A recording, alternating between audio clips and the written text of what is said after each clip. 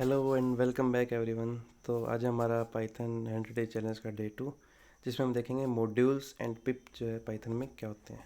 तो basically modules क्या होते हैं, फॉर एग्जांपल एक कोई सेल्फ ड्राइविंग कार है, वो ऑलरेडी बनी हुई है, ठीक है। तो उसकी फंक्शनैलिटी है। अब कोई टिपिकल प्रोग्राम है, उसको आपने एक बार बना दिया तो आप दोबारा दोबारा तो उसे नहीं बनाना चाहोगे। सपोज़ आपने एक फंक्शन बना दिया कैलकुलेशन का, अब उस फंक्शन को दोबारा राइट जितनी बार आपको यूज़ करना है नहीं कर पाओगे, नहीं लिखोगे हर बार अलग अलग तरीके से, ठीक है। तो उसको जो हमने एक पैकेज बना देते हैं जिसे हम बोलते हैं मॉड्यूल्स। अब मॉड्यूल्स हमारे दो टाइप के होते हैं। फर्स्ट होते हैं बिल्ट इन मॉड्यूल्स और सेकंड होते हैं एक्सटर्नल मॉड्यूल्स, ठीक है।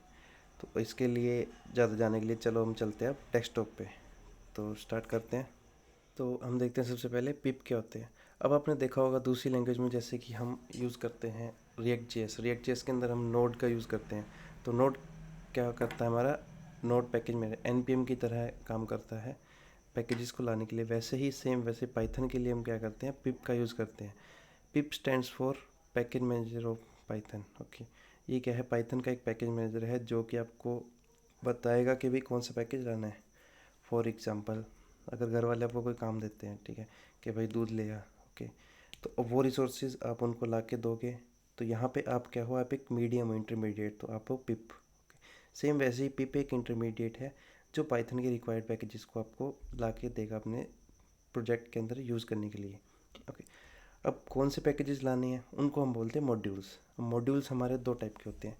एक तो होते हैं बिल्ट इन मॉड्यूल्स, और अगर आपको देखने हैं बिल्ट इन मॉड्यूल्स कौन कौन से हमारे पाइथन के अंदर, तो आप देख सकते हो built in modules in Python. Then just go for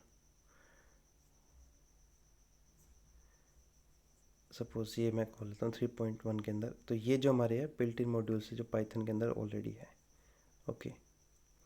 अगर मैं आपको ये चीज़ टर्मिनल के अंदर दिखाऊं, तो हमने हमारा जो पाइथन है वो इंस्टॉल कर रखा है। तो अगर मैं पाइथन 3 यहाँ पे लिखूँगा तो मेरा टर्मिनल स्टार्ट हो जाएगा पाइथन के एनवायरनमेंट के लिए। तो अगर आपको नहीं पता कि पाइथन कैसे हमने इंस्टॉल किया था, तो आप डे 1 वाली वीडियो में जाके चेक कर सकते हो, ठीक है। पाइथन 3 मैंने यहाँ पे किया। अब सपोज़ मुझे यहाँ पे कोई लाइब्रेरी यूज़ करनी है, तो मैं कैसे करूँगा। एक लाइब्रेरी है हमारे पास पाइथन की जिसका नाम है पांडाज। तो ये एक पाइथन की लाइब्रेरी है। अब इसका फीचर्स क्या क्या है वो आप देख सकते हो। ओपन प्रोग्रामिंग लैंग्वेज है ये। एक्चुअली हम डाटा एनालिसिस के लिए यूज़ करते हैं इस लाइब्रेरी को। तो अभी जस्ट मैं आपको एक ओवरव्यू के लिए बता रहा हूँ, अभी आपको इतना डीप में नहीं जाना है इसका।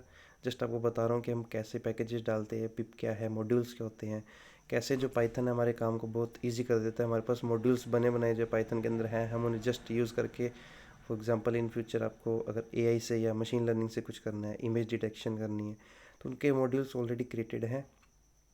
एक्सटर्नल मॉड्यूल्स जो है ऑलरेडी जो एफिशिएंट और फास्ट कोडर्स हैं उन्होंने बना के रख रखे हैं, तो वो बग फ्री भी हैं। तो आप उनको यूज़ कर सकते हो डायरेक्टली अपने प्रोजेक्ट पे। अब यहाँ पे सपोज़ मुझे पांडास यूज़ करना है, तो मैं यहाँ पे लिखूँगा इंपोर्ट पांडास।